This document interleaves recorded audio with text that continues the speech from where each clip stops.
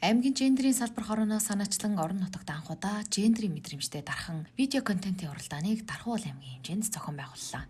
Уралдаанд 10 гаруй бүтээл ирснээс шилдэг 3 бүтээлийг шалгаруулж шагнасан юм. 3 дугаар баримт 56 оноогоор оюуны ирээдүйн сургуулийн 17 ангис сурагч Тогтох Баатрын ин хүслэн болон түүний найзууд.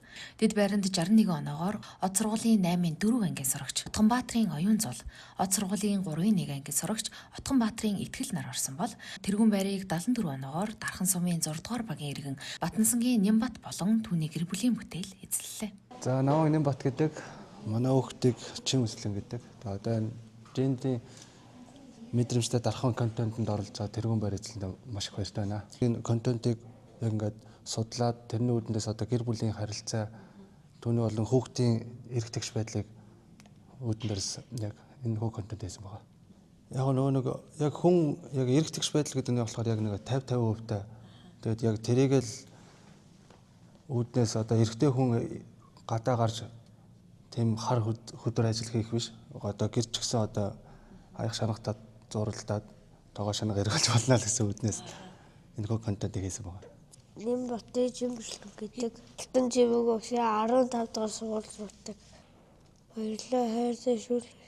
Сайн байцгаана уу, намайг Отгон Баатрын оюун зул гэдэг. Би Од сургуулийн 8-4 ангийн сурагч байна. Манайд болохоор Од сургуулийн 3-1 ангийн сурагч Аа итгэл гэдэг. Ер нь тэгэл гендрийн эрх тэгш байдлыг одоо нэгнийг ялгарлан гадуурхахгүйгээл тийм л маягтай байсан.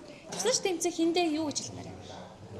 Тусаж тэмцэх аав ээжтэй маш их баярлалаа хайртай шүү гэж хэлмээр. Эмэгтэй эрэгтэй хүмүүсийн тэгшгийг хангаж байгаарай хүмүүсээ. За сайн байцгаана уу, оюуны ирээдүйн зөвлөх сургуулийн 8-1 ангийн сурагч Цэнцүрэнгийн наснаас байна. Манай багийнхаа ингээд энэ хүү гендрийн эрх тэгш байдлын тэмцээний уралдаанд оролцоод 3 дугаар байранд орсон байна.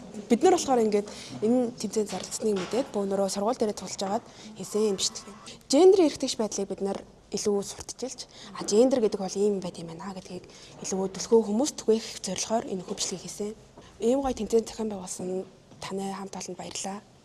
Аймгийн засаг даргын 2022 оны захирамжаар гендрийн эрх тэгш байдлыг хангах аймгийн салбар хороог 19 хүний бүрэлдэхүүнтэй шинжилэн байгуулсан. Салбар хороо өнгөрсөн 2024 оны 12 дугаар сарын сүүлээр аймгийн гендрийн нөхцөл байдлын судалгаа хийж, иргэдийн ойлголт мэдлэгийг нэмэгдүүлэх зорилгоор энэхүү уралдааныг зохион байгууллаа. Мөн цаашид иргэд аж ахуйн нэгж байгууллага руу чиглэсэн сургалтыг үе шаттайгаар зохион байгуулахаар